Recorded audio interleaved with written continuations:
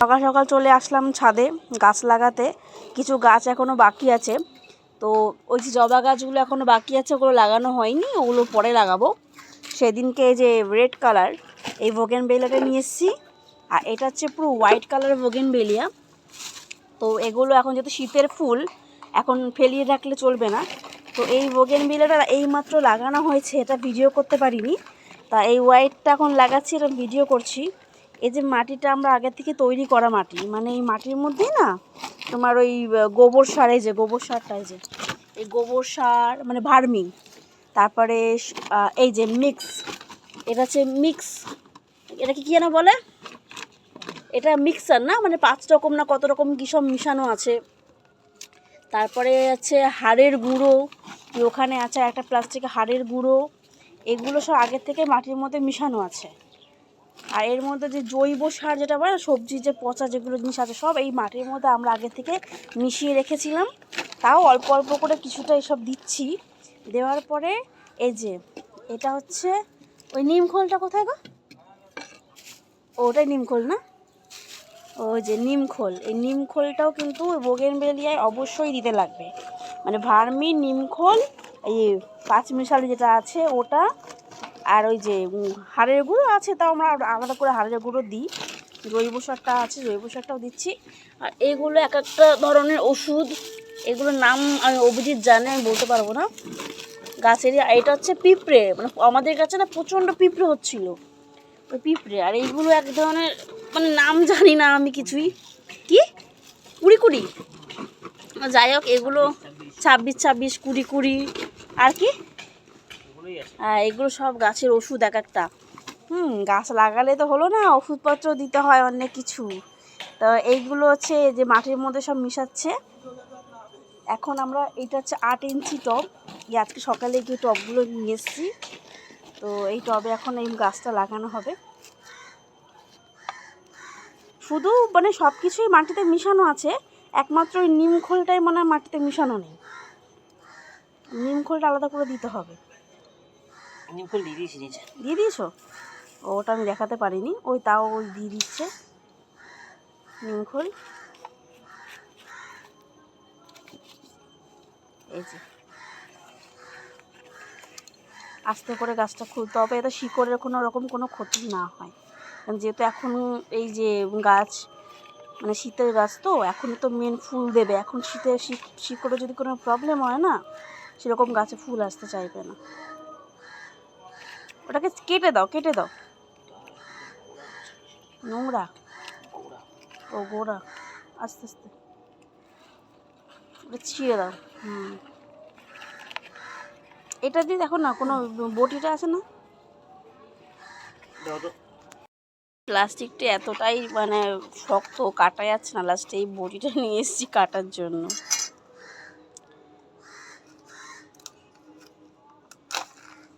বিশাল ইয়ে শক্ত বাবা। আর মাটি ভিজা থাকলে না আরও খুলতে খুব সমস্যা হয়, মানে একদম লেগে থাকে।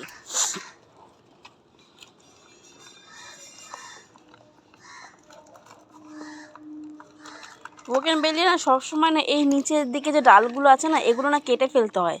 তাহলে এই যে নিচের দিকে যে ডালগুলো বেরোয় না, এগুলো কেটে দিলে কী হয়, গাছের শেপটা খুব সুন্দর আসে। এটা লাগানোর পর না এই ডালটা আছে না, এই ডালটা ভেঙে দেবে তো।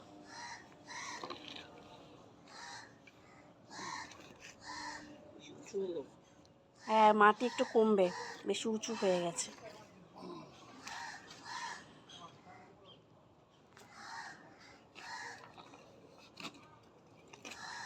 তবে একটু মাটি বেশি হয়ে গেছে, একটুখানি আমরা কমিয়ে নেব, কমিয়ে নিয়ে তারপরে বসাবো। কারণ এই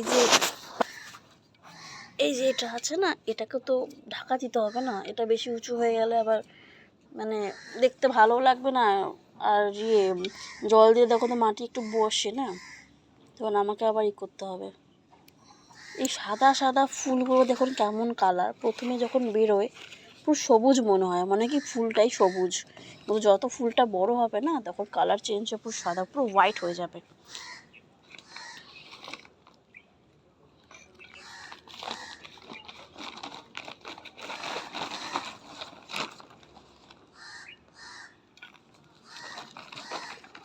আর এইটা পুরো রেড, পুরো রেড, জানি না ফোনে বুঝতে পারছেন কি না, মানে আমার একদম প্রপার যে রেডটা হয় না, এই হচ্ছে সেই রেডটা। মহারানী ওর নাম। এটা না মহারানী?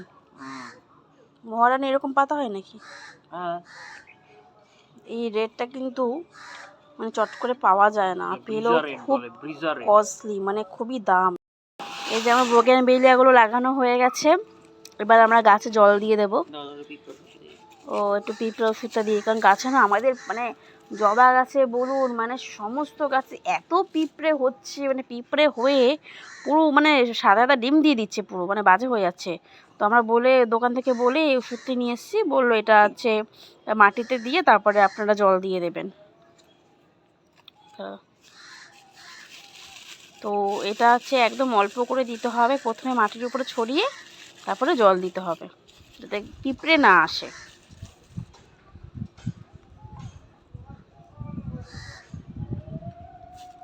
সব গাছগুলোকে নষ্ট করে দেয় পিঁপড়েগুলো। আমার একটা জবা গাছে পুরো গোড়া নষ্ট করে দিয়েছে। তো এই হচ্ছে গাছে, আমাদের গাছ লাগানো হয়ে গেছে।